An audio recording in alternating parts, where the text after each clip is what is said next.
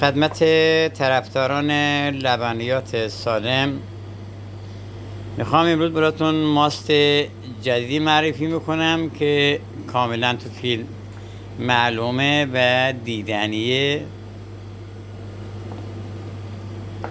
این ماستی که مشاهده میکنید، خب طبعا میخوام ماست ببندیم، از ماست برای مایع زدن استفاده میکنیم. چیز طبیعی که همگان این کارو میکنن، ولی اما این نه، این از ماست استفاده نمیکنم، مایعش از خود لبنیات استفاده میکنم که بعدا تو برنامه بعدی توضیح خواهیم داد.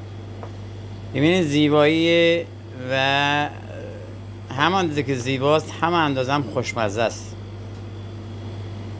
این ماست روش جدیدمونه و این ماست هم روش قدیم که عمومیت داره که استفاده میکنیم. بسیار دیدنی، هم قشنگ و هم خوشمزه است. این ماست هم با شکستن آب نمیفته. انشالله تو برنامه بعدی توضیح خواهم داد که چجوری ماست بزنید یا ماست ببندید که به این روش و به این شکل در بیاد که هم ماستون خوشمزه باشه و هم دیدنی باشه. تا برنامه بعدی انشالله.